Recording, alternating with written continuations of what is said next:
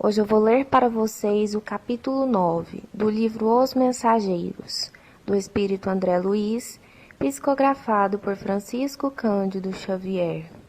Capítulo 9. Ouvindo impressões. Deixando a Celino em conversação mais íntima com Otávio, fui levado por Vicente a outro ângulo da sala. Muitos grupos se mantinham em palestra interessante e educativa, observando eu que quase todos comentavam as derrotas sofridas na terra.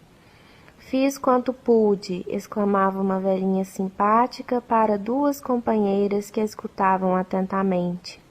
No entanto, os laços de família são muito fortes.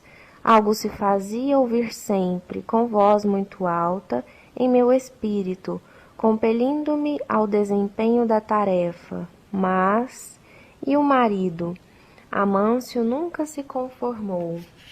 Se os enfermos me procuravam no receituário comum, agravava-se-lhe a neurastênia. Se os companheiros de doutrina me convidavam aos estudos evangélicos, revoltava-se, ciumento. Que pensam vocês? Chegava a mobilizar minhas filhas contra mim. Como seria possível, em tais circunstâncias, atender a obrigações mediúnicas? Todavia, ponderou uma das senhoras que parecia mais segura de si, sempre temos recursos e pretextos para fugir às culpas. Encaremos nossos problemas com realismo. Há de convir que, com o socorro da boa vontade, sempre lhe ficariam alguns minutos da semana e algumas pequenas oportunidades para fazer o bem. Talvez pudesse conquistar o entendimento do esposo e a colaboração afetuosa das filhas, se trabalhasse em silêncio, mostrando sincera disposição para o sacrifício. Nossos atos, Mariana, são muito mais contagiosos que as nossas palavras. Sim, respondeu a interlocutora, emitindo voz diferente. Concordo com a observação. Em verdade, nunca pude sofrer a incompreensão dos meus sem reclamar. Para trabalharmos com a eficiência, tornou a companheira sensata, é preciso saber calar antes de tudo. Teríamos atendido perfeitamente aos nossos deveres se tivéssemos usado todas as receitas de obediência e otimismo que fornecemos aos outros. Aconselhar é sempre útil, mas aconselhar excessivamente pode traduzir esquecimento de nossas obrigações. Assim digo, porque meu caso, a bem dizer, é muito semelhante ao seu. Fomos ao círculo carnal para construir com Jesus, mas caímos na tolice de acreditar que andávamos pela terra para discutir nossos caprichos.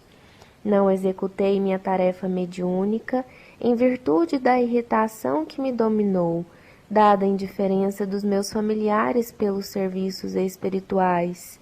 Nossos instrutores, a que muito me recomendaram antes, para bem ensinar é necessário exemplificar melhor. Entretanto, por minha desventura, tudo esqueci no trabalho temporário da terra. Se meu marido fazia ponderações, eu criava refutações.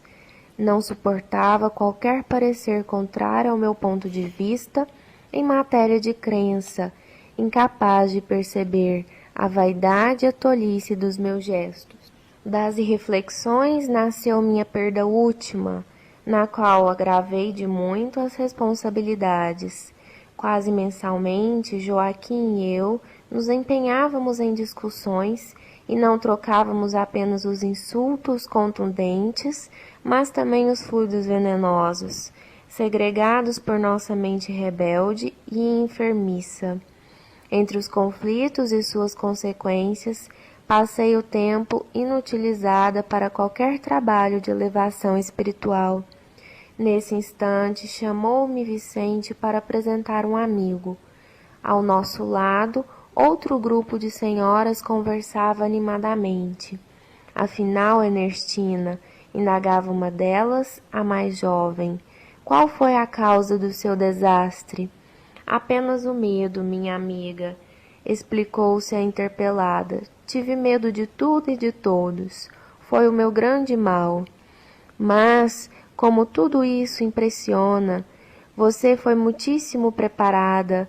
Recordo-me ainda das nossas lições em conjunto. As instrutoras do esclarecimento confiavam extraordinariamente no seu concurso. Seu aproveitamento era um padrão para nós outras. Sim, minha querida Benita, suas reminiscências fazem-me sentir com mais clareza a extensão da minha bancarrota pessoal. Entretanto, não devo fugir à realidade. Fui a culpada de tudo. Preparei-me o bastante para resgatar antigos débitos e efetuar edificações novas. Contudo, não vigiei como se impunha. O chamamento ao serviço ressoou no tempo próprio, orientando-me o raciocínio a melhores esclarecimentos. Nossos instrutores me proporcionavam os mais santos incentivos, mas desconfiei dos homens, dos desencarnados e até de mim mesma. Nos estudiosos do plano físico, enxergava pessoas de má fé. Nos irmãos invisíveis, presumia encontrar apenas galhofeiros fantasiados de orientadores, e em mim mesma receava as tendências nocivas. Muitos amigos tinham-me em conta de virtuosa, pelo rigorismo das minhas exigências. Todavia, no fundo, eu não passava de enferma voluntária, carregada de aflições inúteis. Foi uma grande infantilidade da sua parte, retrucou a outra. Você olvidou que, na esfera carnal, o maior interesse da alma é a realização de algo útil para o bem de todos, com vistas ao infinito e à eternidade. Nesse mistério, é indispensável contar com o assédio de todos os elementos contrários, ironias da ignorância, ataques da insensatez, sugestões inferiores da nossa própria animalidade surgirão com certeza no caminho de todo trabalhador fiel. São circunstâncias lógicas e fatais do serviço, porque não vamos ao mundo físico para descanso injustificável, mas para lutar pela nossa melhoria, a despeito de todo o impedimento fortuito. Compreendo agora, disse a outra. Todavia, o receio das mistificações prejudicou minha bela oportunidade. É, minha amiga, tornou a interlocutora, é tarde para lamentar. Tanto tememos as mistificações que acabamos por mistificar os serviços do Cristo. Eu ouvi a palestra com interesse crescente, mas o companheiro levou-me adiante para as novas apresentações.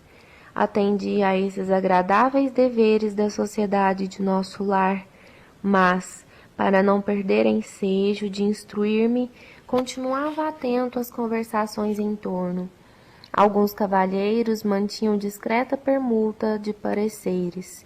Reconheço que fali, dizia um deles em tom grave, e muito já espiei nas regiões inferiores, mas aguardo novos recursos da providência. Faltou-lhe, porém, bastante orientação para o caminho? Perguntava um companheiro. Explico-me, esclareceu o primeiro. Faltou-me o amparo da esposa. Enquanto a tive a meu lado, verificava-se profundo equilíbrio em minhas forças psíquicas. A companhia dela, sem que eu pudesse explicar, compensava-me todo o gasto de energia mediúnica. Minha noção de balanço estava nas mãos de minha querida Adélia. Esqueci-me, porém, de que o bom servo deve estar preparado para o serviço do Senhor em qualquer circunstância. Não aprendi a ciência da conformação e nem me resignei a percorrer sozinho as estradas humanas. Quando me senti sem a delicada companheira, arrebatada pela morte, amedrontei-me por sentir-me em desequilíbrio e erradamente procurei substituí-la. E fui acidentado. Extremamente ligada a entidades malfazejas, minha segunda mulher, com seus desvarios, arrastou-me a perversões sexuais de que nunca me supusera capaz. Voltei insensivelmente ao convívio de criaturas perversas, e tendo começado bem, acabei mal. Meus desastres foram enormes. Entretanto, embora reconheça minha deficiência, entendo ainda hoje que o triunfo, mesmo no futuro, ser-me-á muito difícil sem a companheira bem-amada. Tornara-se a palestra sumamente interessante. Desejava acompanhar-lhe o curso, mas Vicente chamou minha atenção para outro assunto, e era necessário acompanhá-lo.